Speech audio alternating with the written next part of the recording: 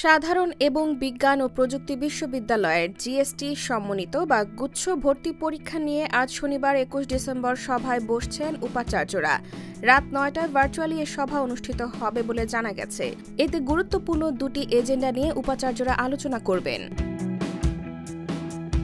২০২৩-২৪ শিক্ষাবর্ষে গুচ্ছ ভর্তি পরীক্ষার আহ্বায়ক এবং মাওলানা ভাসানী বিজ্ঞান ও প্রযুক্তি বিশ্ববিদ্যালয়ের উপাচার্য অধ্যাপক আনোয়ারুল আজিম দ্য ডেইলি ক্যাম্পাসকে বলেন, শনিবার উপাচার্যদের নিয়ে সভা ডাকা হয়েছে।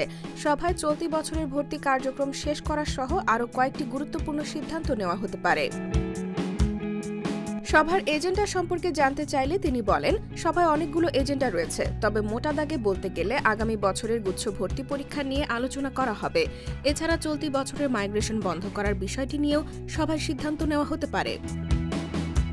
প্রসঙ্গত ২০২৪-২৫ শিক্ষাবর্ষে গুচ্ছ ভর্তি প্রক্রিয়া থেকে বেরিয়ে গেছে জগন্নাথ বিশ্ববিদ্যালয়, কুমিল্লা বিশ্ববিদ্যালয়, শাহজালাল বিজ্ঞান ও প্রযুক্তি বিশ্ববিদ্যালয় এবং খুলনা বিশ্ববিদ্যালয়। ইতোমধ্যে তারা ভর্তি পরীক্ষার তারিখ ঘোষণা করেছে।